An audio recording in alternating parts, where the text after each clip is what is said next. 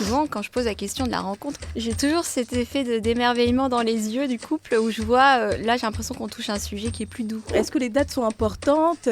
Est-ce que le 14 février, il faut absolument acheter la lingerie, le parfum. Exactement, réserver le resto, sortir la lingerie. Et en fait, on n'apprend pas encore suffisamment assez aux garçons à s'exprimer, en tout cas à exprimer leurs sentiments. On autorise les filles à pleurer, mais pas forcément les garçons. Ça commence par là, en fait. Si jamais tu es dans un bar ou, je sais pas moi, ambiance soirée, chez les amis, oui. Peut-être qu'il faut tenter le eyes contact. C'est pas mal.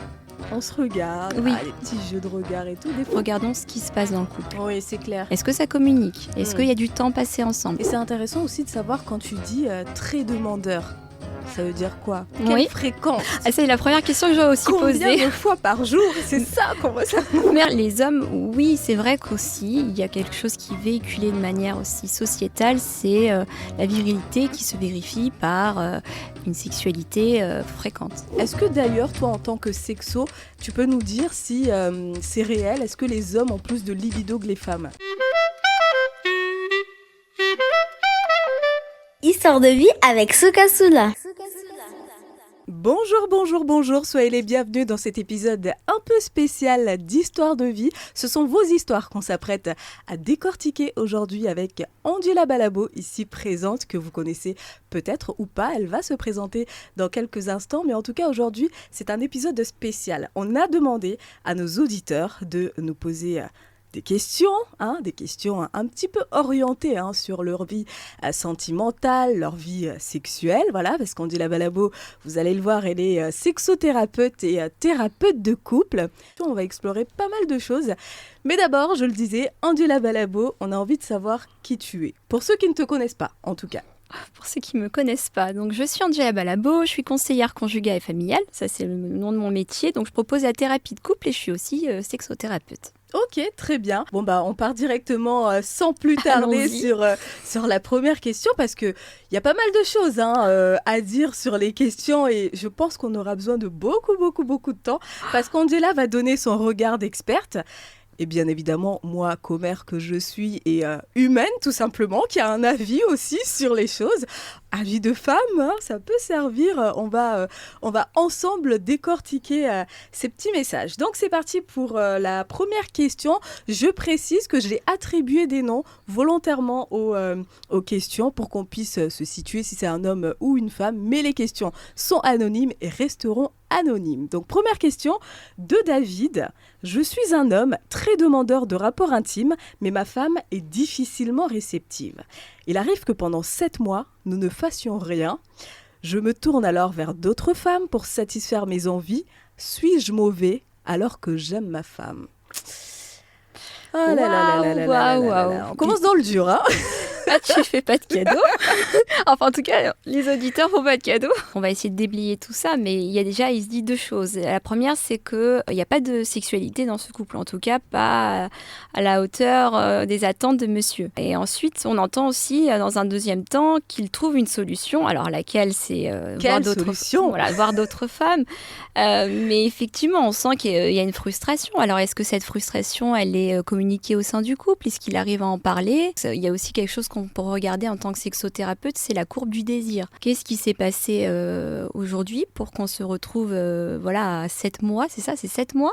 En fait, il a dit elle est difficilement réceptive et il arrive que pendant 7 mois, on ne fasse rien. Souvent, ce qu'on fait avec les couples, c'est qu'en retraçant l'histoire du couple aussi, on fait la courbe du désir, comment elle a évolué. Et souvent, il va y avoir des événements comme un travail à l'étranger ou alors il va y avoir peut-être une grossesse ou parfois ça peut être un déménagement. Enfin, des événements qui vont marquer et la courbe du désir aussi varie aussi avec ce qui se passe dans le couple. Donc ça aussi, c'est quelque chose qu'on peut regarder ensemble. Il n'y a pas de cause à attribuer ni à l'un ni à l'autre, de faute, il y a à comprendre. Regardons ce qui se passe dans le couple. Oui, c'est clair. Est-ce que ça communique ? Est-ce qu'il y a du temps passé ensemble ? Souvent, on voit qu'il n'y a pas de temps ensemble. Ouais. Mais c'est clair que c'est intéressant de savoir, de connaître un petit peu le contexte. Qu'est-ce qui a conduit à cette situation ? C'est vrai que 7 mois, quand tu entends 7 mois, tu te dis, il a dû se passer quelque chose. Je sais pas, mais le mieux, c'est de communiquer effectivement et d'essayer de comprendre qu'est-ce qui bloque chez elle, tout simplement. Justement, que cette courbe, quand on voit le moment où ça a ralenti, c'est qu'est-ce qui s'est passé avant. Et souvent, le marqueur, ça peut être une dispute qu'il y a pu avoir, qui n'a pas été officiellement réglée, ou des non-dits se sont installés. Et progressivement, la femme a peut-être, sur le plan de l'intimité, eu des difficultés à s'ouvrir à l'autre. Et donc, elle se referme et là, elle est plus ouverte à une relation intime, à entrer voilà. Donc là, il y a quelque chose à démêler plus haut, plus sur le rapport de la communication. Et c'est intéressant aussi de savoir quand tu dis très demandeur. Ça veut dire quoi? Quelle fréquence? C'est la première question que j'ai aussi posée. Combien de fois par jour? C'est ça qu'on va savoir. Merci de l'avoir souligné, je suis passée à côté de ça. C'est vrai, c'est qu'est-ce qu'il estime être très demandeur. Peut-être aussi, il veut parler qu'il est très souvent en demande par rapport à elle. Ouais, ça se trouve, il y a juste un écart de désir. C'est vrai que ça arrive assez souvent, hein. On entend beaucoup parler de cet écart de désir entre les hommes et les femmes. Est-ce que d'ailleurs, toi, en tant que sexo, tu peux nous dire si c'est réel? Est-ce que les hommes ont plus de libido que les femmes? Alors, ça, c'est ce qu'on dit, mais effectivement... Mythe ou réalité? Alors, il y a l'hormone, la testostérone, qui va peut-être venir... Alors, venir en quantité. Effectivement, elle donne aussi chez les personnes un attrait à la sexualité, donc un désir d'avoir des relations intimes. Maintenant, la libido peut être quelque chose qui peut se canaliser et déporter ailleurs, dans la créativité, les choses qu'on fait dans la vie de tous les jours, le travail. Mais c'est vrai que si on fait focus là-dessus, sur le besoin de sexualité, on est un peu sur des besoins primaires, donc c'est comme si on touchait quelque chose qui angoissait, et donc là c'est ça qu'on va aussi venir décortiquer en séance. Donc pour revenir, les hommes, oui, c'est vrai qu'aussi il y a quelque chose qui est véhiculé de manière aussi sociétale, c'est la virilité qui se vérifie par une sexualité fréquente. Voilà. Puis chez les femmes, il y a ce côté émotion aussi. Peut-être qu'il faut la travailler au corps, au sens figuré du terme pour le coup. Faut essayer d'instaurer des petites choses. Ritualisées. Voilà, ritualisées. Je sais pas, discuter. En tout cas, communiquer. Voilà tout ce qu'on peut te dire. Communiquer, et puis il y a aussi passer du temps à deux. Plus on passe du temps à deux, plus il se passe quelque chose dans le climat de la complicité, de l'entente mutuelle, de l'intimité émotionnelle. J'aime beaucoup ce terme, c'est Rosemary Basson qui en parle. Et donc, en fait, elle parle effectivement que l'intimité à la sexualité peut être permise aussi grâce à l'intimité émotionnelle. L'intimité émotionnelle, c'est se confier. Les femmes adorent les confidences. Elles adorent être le meilleur ami, même plus que l'amante de son partenaire. Elles aiment cette dimension affective où on peut compter sur elle, où on peut effectivement... Alors attention, quand je dis compter sur elle, c'est pas être dépendant, mais c'est avoir son avis. C'est vrai qu'on retrouve ça... alors j'aime pas aussi, encore une fois, genrer, mais c'est effectivement, les stats le prouvent. Hein. Alors j'ai pas les chiffres exacts, mais on trouve quand même... Alors moi, j'en parle aussi avec l'expérience du cabinet. J'ai plus de femmes qui viennent pour parler de leur... angoisse ou leurs préoccupations par rapport à ce manque-là de temps passé à deux, plutôt que les hommes, où les hommes vont plus se faire focus sur la fréquence sexuelle. Voilà. Donc oui, il y a quand même quelque chose qui est genré, qui vient au cabinet avec ces demandes-là, mais je sais que c'est aussi sociétal. Bon, j'espère qu'on aura pu répondre un petit peu à ta question, t'aider, t'orienter plutôt, c'est un petit peu le but, et surtout parlez-en, essayez de voir, parce que bon... La solution que tu as... Le temps à deux. Elle me pique un peu, hein, en tant que femme. Je peux pas disons ça. Que ce qui serait intéressant de lui dire, c'est qu'est-ce qu'ils font aujourd'hui à deux? Est-ce qu'ils s'autorisent des temps d'échange? Et justement, dans ces temps d'échange, on pourrait peut-être un peu glisser ou confier sa frustration. Bon, il n'est pas obligé de parler de sa solution. Je pense que tout n'est pas bon à dire dans le couple. Oui, ça c'est un gros sujet. C'est très délicat. Tu veux dire que... Pourquoi Est-ce que ça fait partie du jardin secret? Moi, personnellement, je pense pas. Hein. Alors, voilà, quand on parlait de la confidence, du temps à passer ensemble et de la complicité, c'est parfois, il y a à limiter ce qu'on peut dire. Est-ce qu'on doit tout raconter de sa vie passée, ses ex, etc. On développera ça tout à l'heure, il y a une question en lien avec... d'accord, ok. Bon, je m'arrête là. Avec cette phrase que tu viens de dire. Donc, on passe à la deuxième question, une question de Dimitri. Je vais souvent vers ma copine pour lui donner de l'attention, des câlins et autres, mais elle ne m'en donne presque jamais et je le vis mal. Comment est-ce que je peux faire? Alors, peut-être reprendre cette histoire de courbe du désir. Alors, c'est quoi? C'est le câlin? Parce que là, on n'est plus dans la dimension sexuelle, on est dans l'affect, non? Oui, tout à fait. Ouais. C'est qu'il est plus démonstratif niveau affection qu'elle, certainement. Ils ont une façon différente d'exprimer peut-être leur tendresse, leur amour. Peut-être que lui va plus aller vers elle tout le temps. Et ça peut se comprendre qu'il en ait marre. C'est bien aussi de recevoir de l'attention. Bon, je te laisse répondre à cette question. Mais en fait, on sent que tu as quand même intuitivement une première partie de réponse intéressante, c'est-à-dire que chaque couple a son code d'amour, en fait, de langage. Alors ça, on l'explore aussi avec les couples. C'est quelles sont les petites habitudes qu'ils ont trouvées ensemble pour se témoigner l'amour. C'est ça qu'on va regarder. Des fois, c'est regarder une série ensemble, s'attendre pour regarder la série ensemble, ça va être commenter ensemble d'une actualité, enfin c'est ces petites choses-là qui font que ça appartient aux petites habitudes du couple. Donc tout ça on explore ces petites choses qui font que c'est leur signature à eux deux. Donc ça, au-delà du câlin, c'est qu'est-ce qui se passe avant qui manquerait pour madame, parce qu'apparemment il se passe, ça va que dans un sens, et ça c'est sens unique. Est-ce qu'il en parle aussi? Justement, communication. Oui, parce que c'est comme si on a envie de gâteau au chocolat, on le regarde, mais on le demande pas. Si on le demande pas, on n'en a pas. Alors peut-être aussi ça peut aussi... parce que souvent, on leur pose la question aux personnes, mais vous le demandez. Ah mais il doit le savoir, enfin c'est sous-entendu, ça devrait se faire. Et en même temps, c'est un peu chiant aussi d'aller quémander de l'attention. Je peux comprendre cette position de t'as envie de savoir que ta copine, tu lui as manqué sans forcément aller chercher ça. La Soukaina du passé t'aurait conseillé de prendre tes distances, voilà, on fait pareil, elle donne pas de l'attention, tu n'en donnes pas non plus, mais avec l'âge et l'expérience, j'ai compris que c'est la communication, c'est la clé, c'est vraiment la pire chose, c'est de mettre l'ego au centre, je pense, du couple.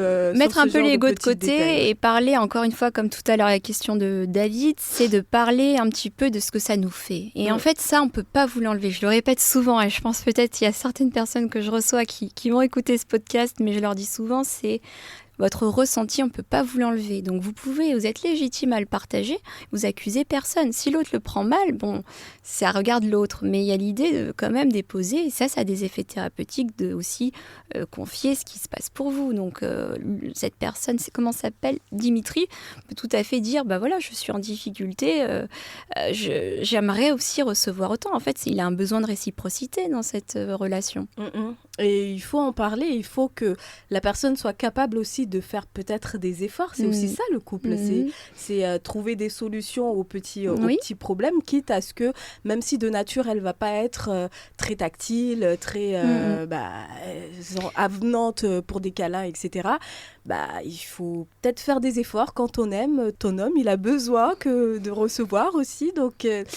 ça s'appelle ce qu'on appelle le donner-recevoir, c'est-à-dire qu'à un moment donné, c'est toujours agréable de recevoir à son tour. C'est André Comte-Sponville qui disait ça.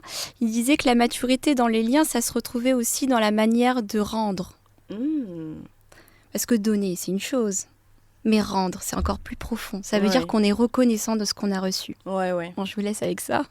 Parlez-en, voilà, pour conclure, n'est-ce pas? Ouais. Bon, une question de Mayra cette fois. C'est bien aussi d'avoir des questions de femmes.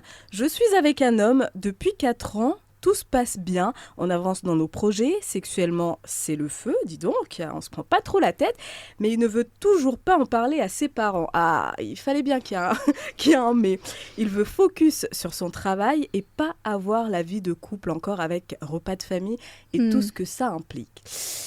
La peur de l'engagement peut-être. Oui, alors de sa part, c'est un besoin de passer à des chapitres suivants, où là, on sent effectivement une réticence chez l'autre. Mais peut-être, alors ça demande effectivement à éclairer. C'est à demander est-ce qu'il n'y a pas déjà eu une déception vécue auparavant. Peut-être que cette personne-là a déjà essayé, dans une précédente relation, à présenter les parents et quelle est l'expérience vécue. D'accord. Peut-être. Oui, mais 4 ans quand même. Mais au bout de 4 ans, effectivement...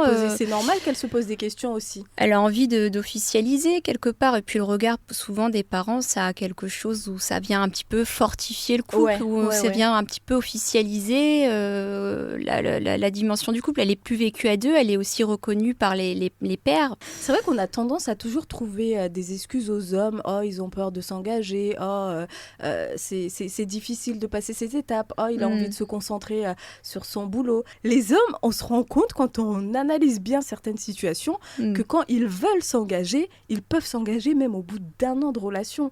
Ça arrive aussi. Donc, ok, peut-être qu'il peut y avoir un blocage, peut-être qu'il y a un passif, mais il faut essayer de creuser. Est-ce que, ma belle, tu n'es pas en train de perdre ton temps? Est-ce que il envisage que vous fondiez une famille? Bon, après, il y a des paramètres à prendre en compte aussi. Hein, si vous avez 18, 20 ans, 14 ans, enfin, voilà, il faut mesurer aussi. Après 4 ans, quand même si ça a commencé à 16 ans, à 20 ans, on peut toujours présenter. Mais c'est vrai que c'est normal qu'elle se pose des questions. Hein.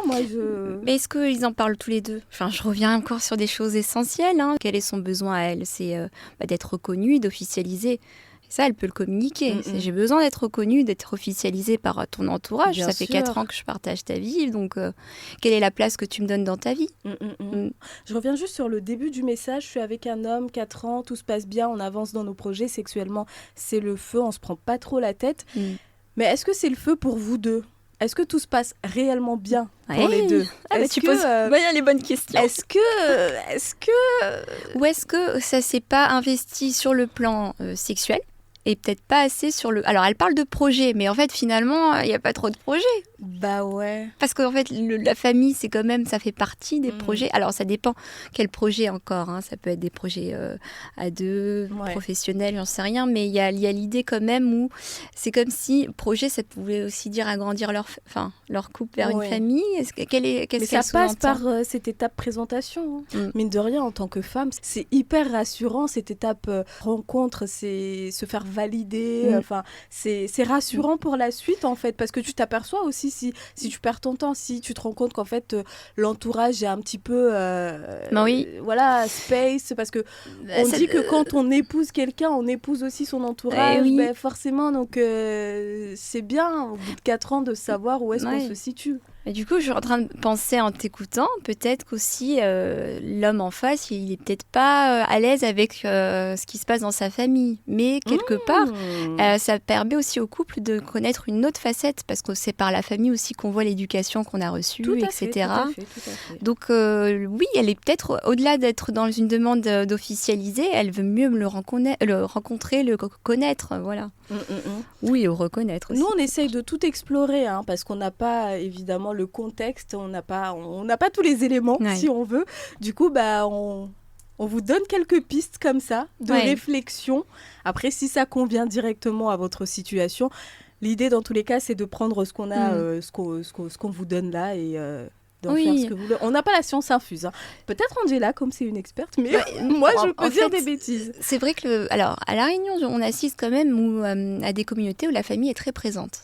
Ça, je l'ai découvert, ça fait maintenant 4 ans que j'exerce en libéral. Et parfois, les personnes viennent chercher une tierce personne, quelqu'un qui soit vraiment à l'extérieur de leur communauté aussi, pour avoir ce regard neutre et quelque part pouvoir prendre une forme de distance, parce qu'eux, ils sont plongés là-dedans, dans leurs habitudes, leurs traditions, avec un regard extérieur. Je suis pas là pour valider si ça se fait ou pas, mais je suis là pour dire comment eux, ils se sentent. Est-ce que ça leur convient vraiment? Et ça, tout ça, je sais pas si on pourra le développer, mais c'est encore très intéressant. C'est plus atypique encore que ce que j'ai pu connaître en métropole. Oui, c'est sûr que c'est pas forcément les mêmes problématiques. Ça doit être super intéressant. On avait déjà exploré dans le premier épisode tout ça. Si vous avez envie d'aller le découvrir, on parlait vraiment du métier d'Angela et de quel type de personnes elle reçoit, comment ça se passe, une séance de thérapie. N'hésitez pas à aller consulter. Cet épisode est disponible sur écoutez, toutes les plateformes d'écoute, Spotify, Deezer, Amazon Podcast et Apple Music. On passe à la question suivante. C'est une question de Kevin. Alors, je rappelle que ce sont des messages anonymes qu'on a reçus, mais j'ai fait le choix de les nommer, histoire qu'on puisse se situer si c'est un homme ou une femme. Donc, Kevin nous demande, en 2026, comment aborder une femme sans passer pour un relou ? Question intéressante, hein. Ah oui, elle est tout à fait d'actualité. C'est vrai que c'est délicat quand même cette question d'émancipation des femmes qui vient aussi réinterroger la place des hommes dans le contact avec les femmes. Moi j'ai envie de dire, c'est comment aussi la femme est ouverte dans l'échange. Maintenant c'est vrai aussi que dans le rapport de séduction, on peut aussi laisser transparaître que c'est pas possible, mais en fait ça l'est. Donc ah oui, voilà, c'est compliqué. Hein. Et est-ce que la virilité, c'est pas aussi prendre son courage et de dire, effectivement, j'ai envie de mieux te connaître, comment on peut faire connaissance sans passer pour un relou, et comme ça la fille donne aussi ses limites, en tout cas son mode d'emploi pour qu'on puisse l'approcher. N'hésitez pas aussi à répondre aux questions dans les commentaires, hein, comme ça peut, si jamais on est à côté de la plaque, on n'est jamais à côté de la plaque, hein, c'est un point de vue. On essaye d'être sur la plaque. N'hésitez pas à donner votre point de vue dans les commentaires. Effectivement, ça peut être compliqué aujourd'hui pour un homme d'aller aborder une femme. Après, si je veux me mettre dans la peau du Dr Love, tout dépend du contexte, je dirais. Hein. Si jamais tu es dans un bar ou, je sais pas moi, ambiance soirée. Chez les amis, oui. Peut-être qu'il faut tenter le eyes contact. C'est pas mal. On se regarde, des petits jeux de regard et tout. Des fois, tu vois, ça prend, des fois, ça prend pas. Oui, mais plus c'est fuyant, plus il y a quelque chose. Si tu vois une petite mèche de cheveux bouger comme ça, il y a peut-être moyen, non? Oui, ou souvent, on parle de s'arranger les cheveux.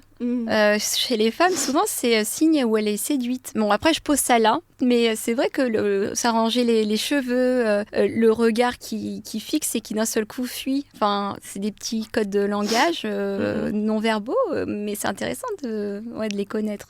Moi, j'ai une petite anecdote. Je me souviens être allée une fois à un distributeur de billets. Je devais déposer un chèque ou un truc comme ça dans une banque. Et du coup, je me retrouve sans stylo. Je demande un stylo à un monsieur qui était à côté. Voilà, il me prête son stylo, merci. Donc, je fais ma démarche et je lui rends le stylo. Et après, je prends mes affaires, je pars. Et le monsieur me suit, il me dit « Excusez-moi, madame, excusez-moi. » Je lui dis « Ah, j'ai dû oublier quelque chose. » Il me dit « Je vous trouve assez charmante. Est-ce que vous êtes célibataire ?»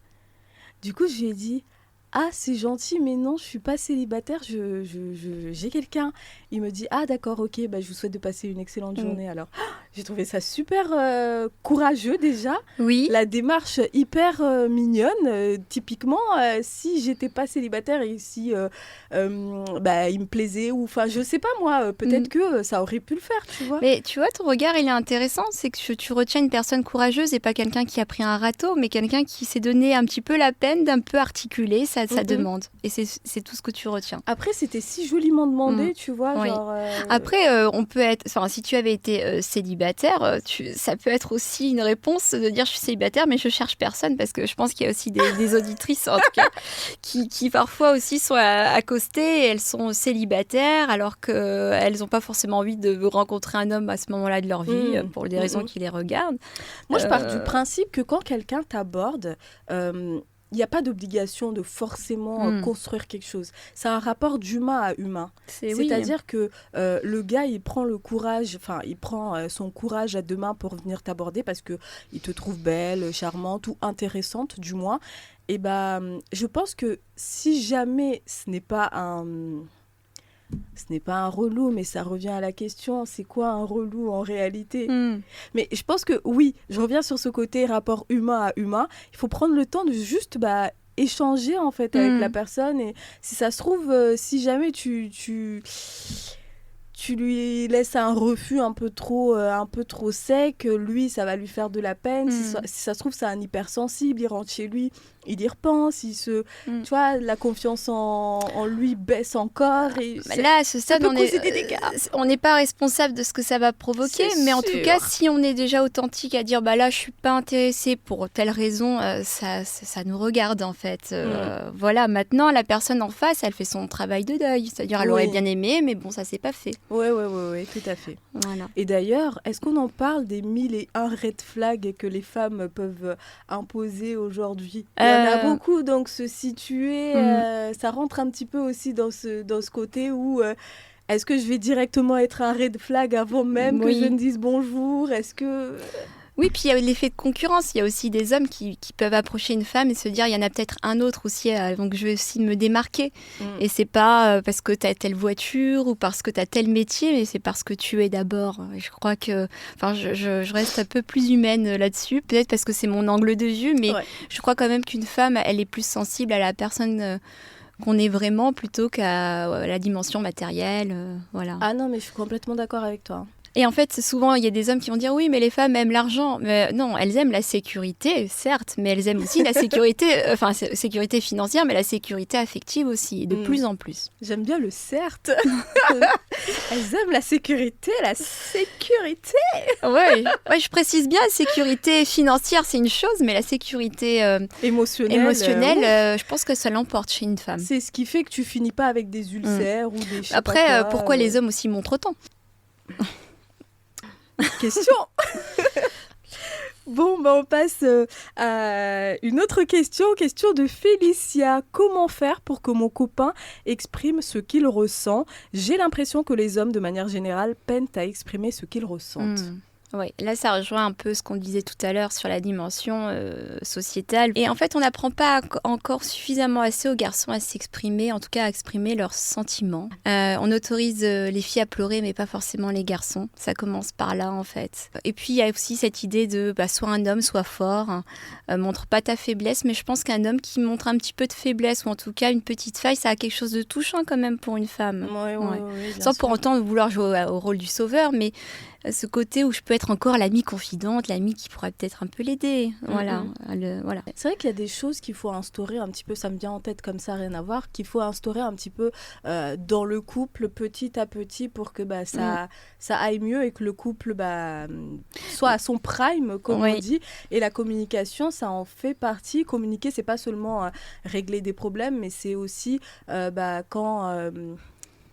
quand tu n'es pas trop bien, savoir l'exprimer. Comment est-ce que tu peux venir en aide à une personne si elle n'exprime pas, ne sait pas réellement d'où vient le souci. Souci, ouais. Parce que ça peut être émotionnel, désolée de te couper, mais des fois, tu vois, on vit des petites dépressions dans la vie ou des petites choses comme ça. Il faut savoir en parler aussi à la personne qui est en face pour...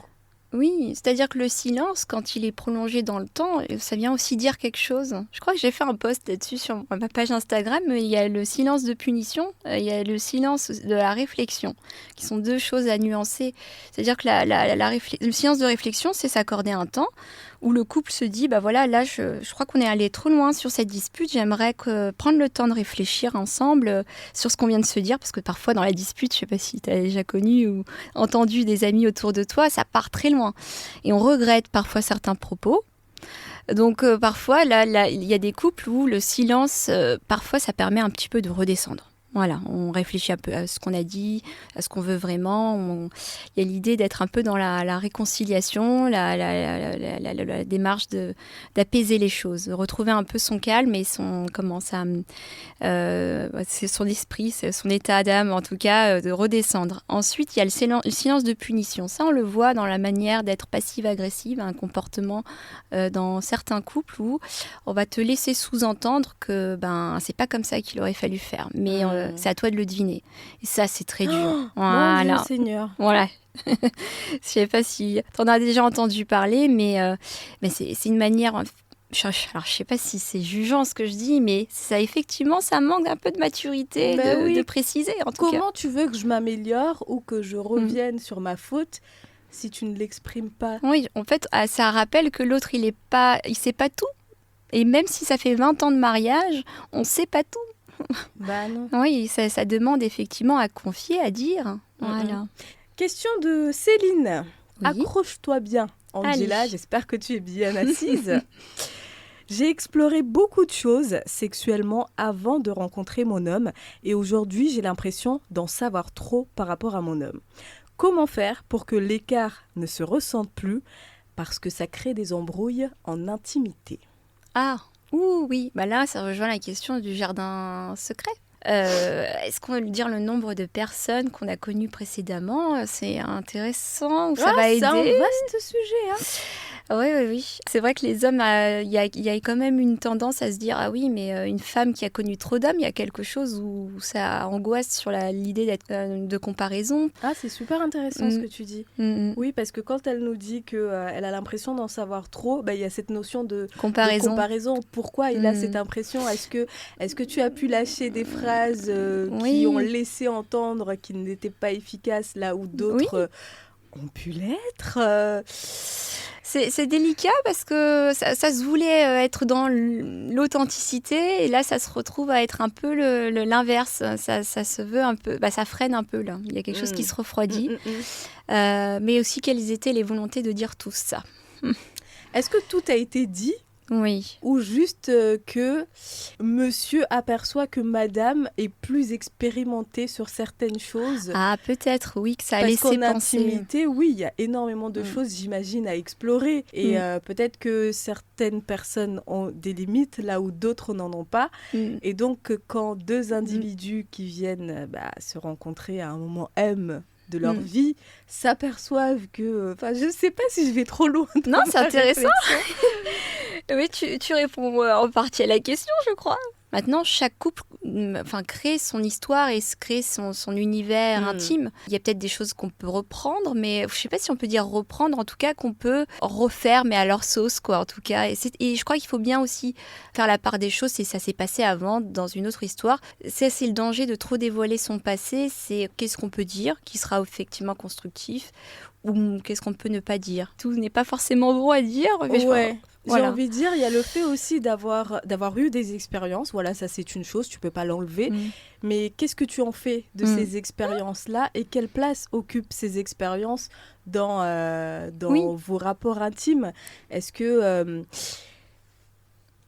j'ai envie de dire, il faut rassurer monsieur, mais en disant il faut rassurer monsieur, ça sous-entend que monsieur a l'impression de... pas être assez bien. De pas être assez bien, mais pourquoi il a cette impression-là? Est-ce que tu as pu lui donner cette impression indirectement? Peut-être c'est ça. Je sais pas, j'essaye d'explorer toutes les éventualités, mais... Pas facile. Je n'ai pas la réponse à la question. Mais c'est là où, des fois, j'aimerais aussi poser la question aux partenaires. Qu'est-ce qu'ils en pensent? Qu'est-ce qui s'est passé? Enfin, là aussi, la question, aussi, elle demande à être contournée sous tous les angles de vue. Mais la question du body count pour les hommes a quelque chose, j'entends, même avec des proches, des amis, où une femme qui a connu trop de partenaires, ça peut être dérangeant. Ouais. C'est une réalité. Après, je ne sais pas quel est le quota pour les hommes, en tout cas, mais oui, effectivement, j'ai déjà entendu que c'est dérangeant. Mais pourquoi? Et pourquoi pas l'inverse? C'est clair. Oui. C'est clair. Non, je pense que là-dessus, j'ai un discours égalitaire. C'est pas c'est pas la quantité, mais la qualité. Et puis, je sais pas si tout doit se dire. Voilà. Donc, tout est à créer dans le présent. Ça peut créer des insécurités, effectivement, pour l'autre personne. Oui. Bon, je sais pas trop comment tu veux conclure cette question. Ça peut arriver d'avoir eu une vie hyper sexualisée et après avoir retrouvé une forme de calme, mais peut-être parce que la personne a fait un cheminement aussi, elle a compris, ou elle s'est retrouvée dans une relation beaucoup plus stable, et alors à ce moment-là, ça s'est mieux déroulé pour elle. Oui, sachant que forcément, la nouvelle personne, enfin la personne avec qui tu t'es installée en mode de stabilité, a une valeur ajoutée, à quelque chose que tous ses partenaires dans le passé n'ont pas eu. Voilà, donc puis de toute façon, la multiplication des partenaires, ça c'est quelque chose, c'est un symptôme intéressant qu'on regarde en sexothérapie. Intéressant. Alors j'ai une question qui me vient en tête, une question d'une amie, voilà, comme ça. J'ai une amie qui... Qui t'écoute. Je sais pas pourquoi je rigole. J'ai une amie qui s'est réveillée un matin et s'est aperçue avec son conjoint qu'ils avaient tous les deux oublié leur anniversaire de mariage. Oula! Qu'est-ce que ça vient dire du couple? Ça dépend. Si dans le couple c'était important, les dates d'anniversaire, là c'est effectivement, ça peut se questionner. Après, si l'oubli est mutuel, c'est intéressant. C'est peut-être qu'ils font focus ailleurs en ce moment. Ah oui, voilà, c'est la réponse que je peux apporter. Et que la charge mentale, oui, c'est une réalité. Peut-être le travail prend beaucoup de place ou autre chose est en train de prendre de la place, j'en sais rien. J'espère que j'ai bien répondu. Bah oui, je sais Oui, pas. on peut pas être une super woman, on peut pas penser à tout. Oui, bah écoute, j'en parlerai à mon ami et je lui dirai que tiens, Voilà, bah, tu je pourras lui enverrai dire. le podcast. Tiens, avant le Écoute, à montage. tel passage, c'est pour toi. Exactement. Angela a répondu à la question. Mais c'est vrai que c'est intéressant hein, Oui. ce genre de sujet. Est-ce que les dates sont importantes? Est-ce que le Mm. 14 février, il faut absolument acheter Oui, le la bouquet de lingerie, roses, le parfum. exactement, réserver le resto, sortir la lingerie. Oui. Après, ça dépend vraiment, encore une fois, de chaque couple, mais c'est vrai que la question des rituels est quelque chose qu'on retrouve dans toute forme de communauté, d'institution. Et le couple est une petite institution, et forcément, il y a des dates clés qui marquent un couple. La rencontre. Souvent, quand je pose la question de la rencontre, j'ai toujours cet effet d'émerveillement dans les yeux du couple où je vois, là j'ai l'impression qu'on touche un sujet qui est plus doux. Et donc ça les fait un petit peu sourire ou plisser des yeux. Enfin, on sent qu'il y a un mouvement qui se passe, il y a une émotion qui est habitée ou qui est retraversée. Et ça, c'est un élément intéressant hein, qu'on reprend, surtout quand il y a la crise. Souvent, on va dire, c'était comment au début? Et là, pouf, il y a quelque chose qui retombe et on revient un peu sur les débuts. Mais oui, donc pour revenir, c'est l'idée des dates, ça a quelque chose effectivement qui construit un petit peu l'histoire de l'institution du couple. Le premier baiser, la première sortie ciné, enfin les petites choses comme ça où le couple a ses petits marqueurs temporels. T'as le souvenir du premier baiser avec ton mari, si c'est pas indiscret? Oui, je dois avoir le souvenir, oui. Et comment Tu veux nous partager l'anecdote? Alors moi, je parle pas que de moi. On termine ce podcast. C'est vrai que peut-être je crois que j'avais demandé. Non, je sais même plus comment c'est. Ah tiens, tu vois, tu me poses une colle. Si, je crois que c'est moi qui étais en demande du bisou, tu vois. Mais peut-être parce que j'avais pas froid aux yeux. Oh, c'est bien aussi. Voilà. Hein. Mais c'est vrai que le premier baiser a quelque chose de marquant, tout comme même la première relation intime, où parfois ça rigole beaucoup en séance par rapport à ça, et donc on en reparle. Mais l'idée, c'est les dates ont une petite fonction clé. Je pense que toute communauté confondue a une date, un jour férié, une histoire par rapport à telle date. Ça construit quelque chose. Donc après, oublier... J'ai envie de dire, si c'est récurrent, oui, mais si ça arrive une fois, ça peut arriver. Hein. J'adore comment tu as esquivé la petite anecdote qu'on attendait. Ah, par rapport à moi? Je veux pas. Ah, le premier baiser. Oui, je crois que je l'avais demandé, moi, à mon conjoint. Mais dans quel contexte? C'était un premier date? C'était... Ah non, pas le premier date. Moi, j'attendais. Alors, en plus, moi, je commençais ma formation conseillère conjugale, je me rappelle. Donc, c'était il y a presque 11 ans, 12 ans. Et je me souviens que je m'étais dit, je vais faire un petit peu de l'observation. Mais ça, c'est de la déformation professionnelle. Mais je voulais voir si cette personne-là était attentive à qui j'étais. Ok. Et donc, et pas à ce que je pouvais renvoyer ou être, mais à qui j'étais vraiment. Et en fait, c'est une personne qui me posait des questions sur ce que j'aimais aller voir au ciné, ce que j'aimais manger, etc. Et j'ai trouvé que ces questions étaient vraiment centrées sur mes préférences. Ça a été pour moi, je me suis dit, ça c'est pas mal, c'est quelqu'un qui s'intéresse à moi.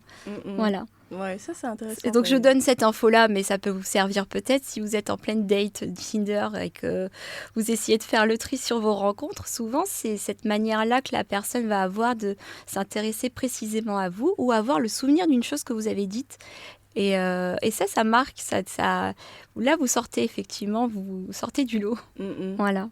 On va saluer quand même pas monsieur Balabo, je pense pas, c'est ton nom de famille. Oui, mais je vais pas lui donner son nom, je préfère rester anonyme. On vous passe quand même le salut, vous vous reconnaîtrez. Ouais. Moi, je me souviens du premier bisou avec le mien, mon cher et tendre, c'était au parc de la Trinité, je sais pas si tu connais.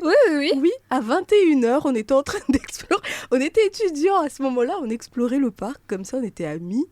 Et du coup, on se balade, on commence à discuter. Il y avait une espèce de tension qui se créait. Ça devenait un peu gênant, tu vois, parce qu'on se plaisait mutuellement. Avec du recul, on en a discuté, du coup, on le savait. Et voilà, arrive une espèce de discussion trop bizarre. On parlait des céréales. Moi, j'aime bien Nesquik. Et toi, t'aimes quoi? Cornflakes? Ah, ok. Moi, en ce moment, je mange... C'était vraiment ridicule comme sujet. Mais en fait, c'était pour ne pas dire vraiment les choses. Et à ce moment-là, il a fait... Et puis, merde. Et voilà. Ah, bah voilà. Donc, il était entreprenant. Oui, mais j'aurais pu l'être aussi. Hein. Moi aussi, j'étais très moi, je pense que de mon côté, il attendait de voir aussi s'il y avait une ouverture, mais c'est en fait comme si c'était moi qui avais dit bon, allez, c'est moi qui vais. Oui, parce que tu sais jamais en réalité. Oui, si vous êtes sur la même longueur d'onde. Ah oui, tu vois quand même quand on est très proche, c'est ce moment de tension dont tu décris, ça peut aussi être la peur d'être rejeté. Hein. Oui. Mais exactement. C'est ce qu'il m'a dit. Après, il m'a dit, mais des années plus tard, hein, il me fait, mais imagine juste si ce jour-là, en fait, t'étais pas du tout dans le mood et qu'on était juste amis pour toi et que... Mais si ça arrive, vous êtes embrassé par quelqu'un qui... Vous avez peut-être lancé des messages et l'autre a mal interprété, ça peut arriver dans les relations. Oui. Alors voilà, encore une fois, il va y avoir une gêne flottante, mais je crois que c'est important de dire les choses et de pas ne rien dire et commencer par se laisser par un silence et renforcer encore la gêne. Je pense que c'est intéressant de dire tout de suite, moi c'est pas réciproque, je suis désolée. Oui, voilà. Mais bon, là... Mais on se moque pas. Oui, voilà. Là je pense qu'il n'y avait pas de doute. 21h au Parc de la Trinité, tension flottante. Oui, l'horaire était propice à l'intimité. Un petit peu, sachant qu'il y avait eu des échanges de messages un petit peu ambigus, tu me manques ou des trucs comme ça. Donc, souvent, il y a l'effet de tourner autour du pot. Exactement. Oui. Bon, on dit là, cet épisode touche à sa fin. Merci pour ta spontanéité, merci d'avoir partagé ce moment avec nous. Oui. Voilà, c'était un très bon moment, encore une fois. C'était hyper fun, j'ai trouvé. Ah ouais, moi je me suis bien amusée, j'ai pas vu le temps passer. Bon, merci Angela, encore une fois, d'avoir partagé ce moment avec nous. Merci à vous de nous avoir écoutés jusqu'à la fin, je l'espère. On se retrouve dans quelques jours, dans quelques semaines, dans quelques mois, je ne sais plus trop en ce moment. Ça marche. C'est assez aléatoire pour un nouvel épisode d'Histoire de vie. Avant de vous quitter, Angela, tu vas nous donner le mot-clé du jour. Tu connais le principe.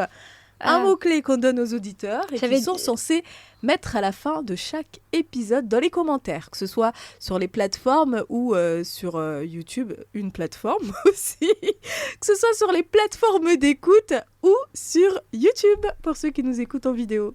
Un mot-clé avec un peu tout ce qu'on s'est dit ? Oui. Je mettrais partage. Partage.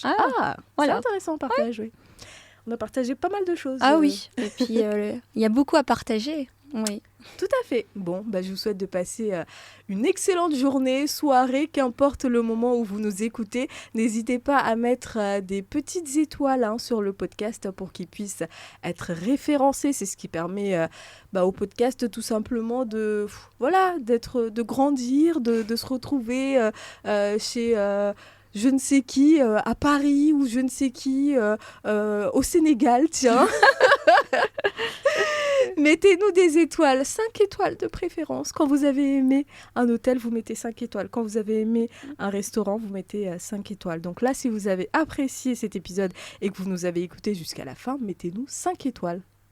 Voilà. Et si vous êtes sur YouTube, écoutez, le petit pouce bleu, ça coûte rien. Un seul clic, like this. Allez, je vous dis à la prochaine, tout simplement, en compagnie d'une nouvelle personnalité. À très vite.